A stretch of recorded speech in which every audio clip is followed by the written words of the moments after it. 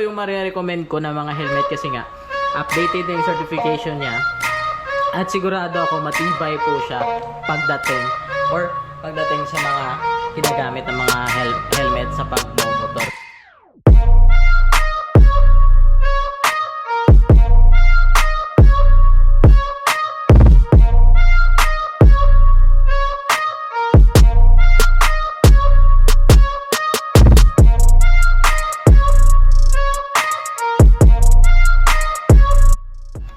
Ayun, good day sa lahat. So meron na naman tayong isang helmet ngayon i-review syempre para sa inyo. So kita nyo naman kung gaano yan kaganda and yung brand niya, no. So isa tong Sek Cyclone. Ang hindi ko lang sigurado kung anong version na po to kasi meron din ako nakitang plain nito.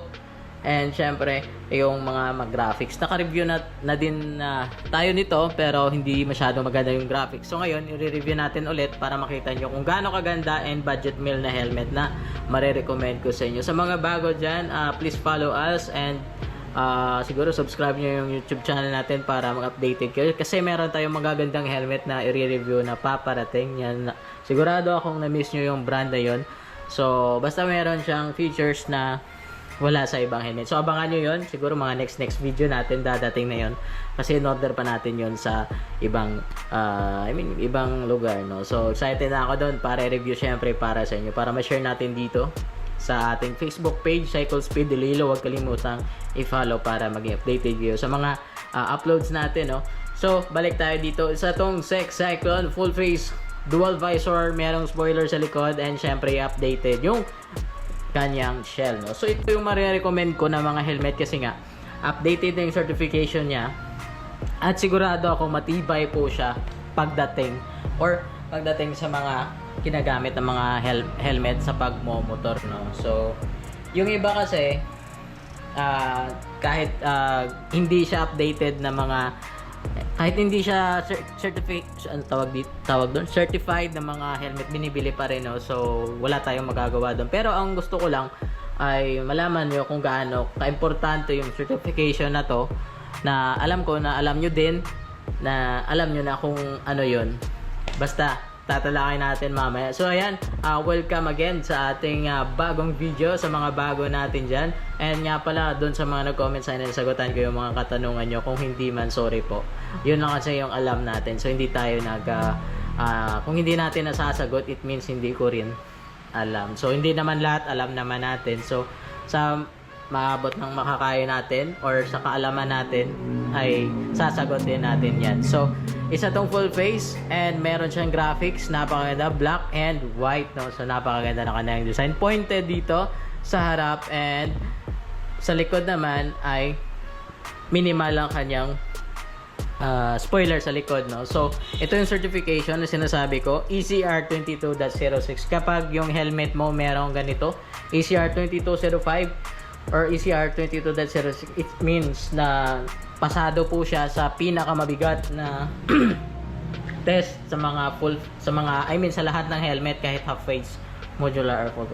Kasi yung ECR 22.06 na certification, sila po yung company nagte-test ng mga helmet kung gaano sila katibay, kung gaano ba to katibay yung kanyang mga helmet, no.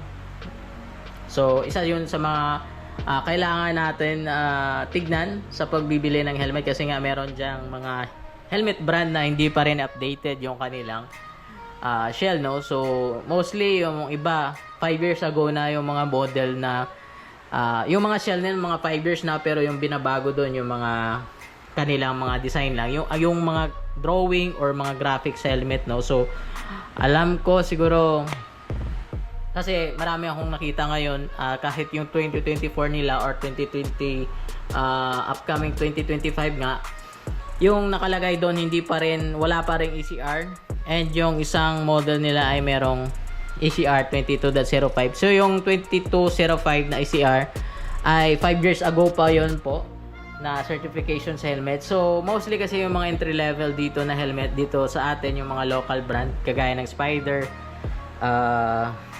di lang ako sure sa KYT kung international pa si KYT, kasi marami din nagmamanufacture niyan ng Thailand, Malaysia and China. So yung Evo, buti na lang yung Evo nag-update sila ngayon, naka ECR 22.06 na, so yun yung nagandahan ko. Sec, Spider, ECR 22.06 na din, yung Jelly, tsaka yung MT kasi yun yung pinakaunang nakita kong ECR 22.05 na po siya. 5 years ago kasi yung helmet ko na 6 years na pala kasi yung helmet ko 6 years na siya. So, 22.05 certified na po siya. So, ngayon, yung mga MT, sobrang updated. 3 years ago, updated na ata yung MT helmet, no? Na naka 2206 na po sila. So, dito sa mga baguhang mga brand or local brand dito sa atin, yung kagaya nito, Evo, Sec, Spider, medyo ngayon lang sila or last year, 2024 lang sila nakapag-update ng certification para sa kanilang mga helmet. So balik tayo dito. Meron akong nakita dito na wala sa ibang full face helmet ng Sec, no, na mga budget meal or entry level na mga helmet ng Sec. So yan, start tayo dito. Sa bigat naman ay nasa 1,650 grams yung nakalagay dito.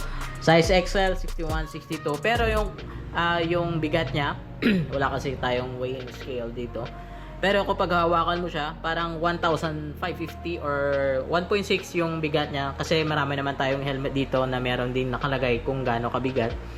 Parang ganun yung feeling, pero hindi siya masyadong mabigat. Di kagaya ng mga modular nila na masyadong mabigat talaga kapag hinawakan mo. Pero dito, napaka-solid ng helmet na ganito. Mamaya makikita nyo dyan. May makikita kayo dyan na wala sa ibang helmet nila, no?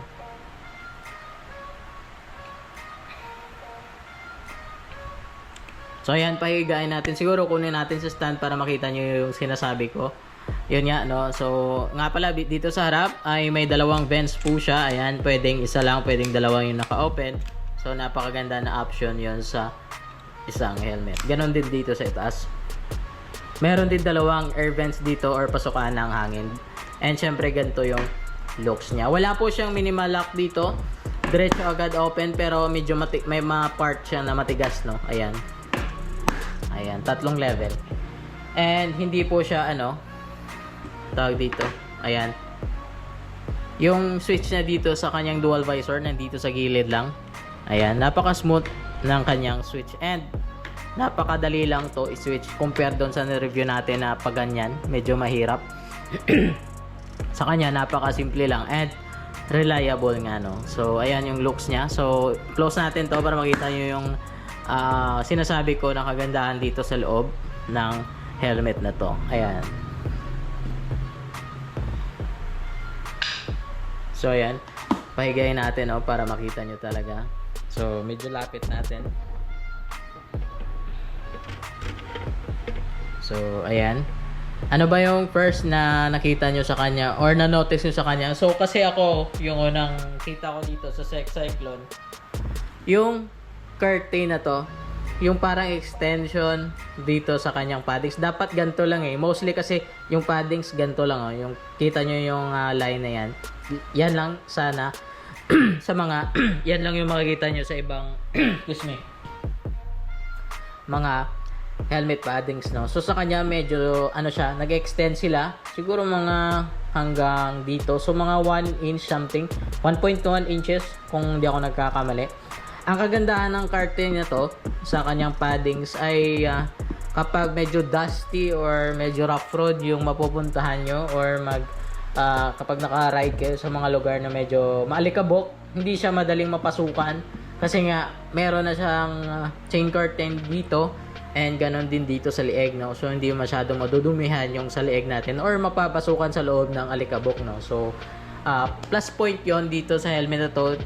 Yun yung isang reason na nire-recommend ko to sa inyo. And then syempre yung sinasabi ko sa mga past video natin na reflectorize na dapat sa mostly sa mga helmet meron.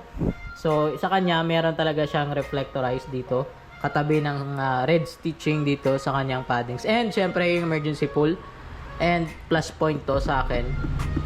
Napakagandang option to sa isang full face helmet.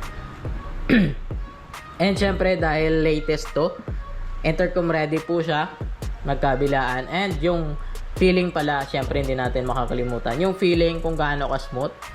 Tignan natin. Ayan. Ayan. Napaka-smooth ng kanyang padding. Sigurado akong magagandahan kayo dito. Kahit wala kayong bonnet, kasi yung ibang mga brand dyan, yung helmet brand or helmet na na-review natin, medyo magaspang sa mga past video. Panoorin nyo na lang. And ito, napaka-smooth po siya. Highly recommend ko to sa inyo, sa mga nagbabalak bumili ng mga helmet ngayon. So, yung loob naman, yung padding dito sa may pinakataas ng part ng helmet, napaka solid po niya. Hanggang doon sa pinakataas sa loob-looban, sa may leeg, sa itaas ng leeg. Napakaganda ng kanyang padding, sobrang smooth. Kahit hindi ka gumamit ng bonnet, hindi magasgasan yung mukha mo dito, no? So, napakaganda. Yung hindi ko lang alam, syempre, dahil dito lang natin i-review and hindi naman tayo nag-fully review ng isang helmet kung ano yung kanyang kung ano ba siya, ma-wind noise niya ba? Ma-wind noise ba siya o hindi? Sa mga merong helmet na ganito, please comment kayo dito. Ay gusto ko kasi malaman kung maganda din siya for high speed. Kasi merong mga helmet hindi naman sila nagbabase kung may wind noise. Lahat na halos naman na helmet merong wind noise. Kasi kahit nga yung mga pinakamamahal ng mga helmet meron ding wind noise. Kahit sa MotoGP meron pa rin. So sa atin kasi daily drive mostly naman, hindi naman natin yun tinatawag dito, tawag ba doon, hindi naman natin yun kailangan na walang wind noise. Mas okay nga yun kasi naririnig natin yung mga nasa gilid natin sa likuran or mga paparating na mga sasakyan or makakasabay natin sa daan. So hindi ko na to bababain na video, halos naman siguro nasabi naman natin. And kung okay sa inyo, i-review natin to or i-versus natin to sa isang brand na magkasing price po sila, pero basta abangan nyo yun yung video na yun. Napakaganda yung pag-versus natin dito sa helmet na to. So yun lang. Peace.